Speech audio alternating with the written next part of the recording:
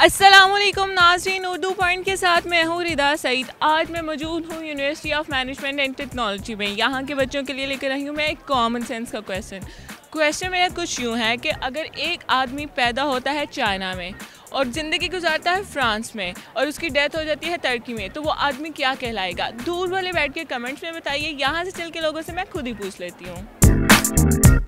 अस्सलाम वालेकुम। वालेकुम सलाम। क्या नाम है आपका? हामिद भट्ट।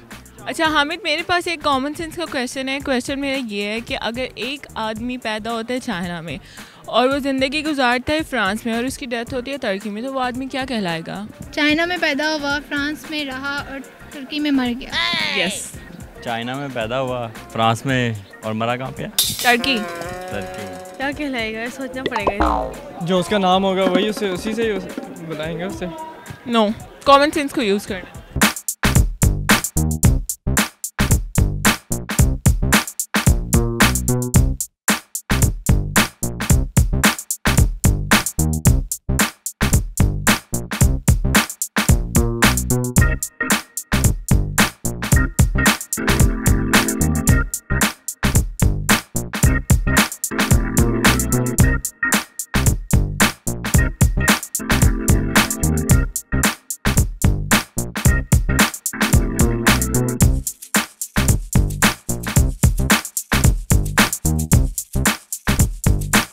वो कोई खाने की चीज़ है, मतलब पैदा हुई वहाँ पे। और आदमी, एक शख्स।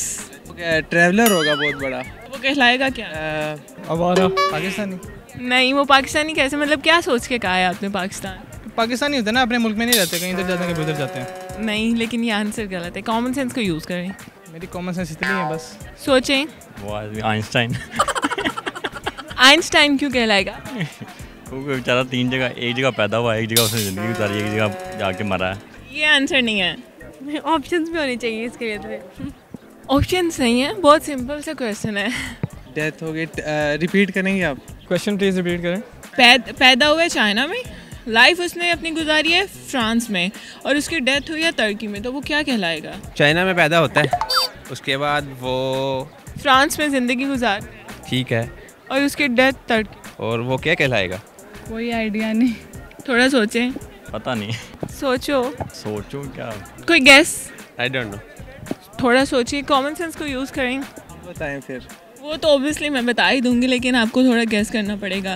क्या पता कोई गेस ठीक निकल आए। No idea. थोड़ा सोचें, क्या कहेंगे? जो मर जाते हैं उन्हें वही कहते हैं।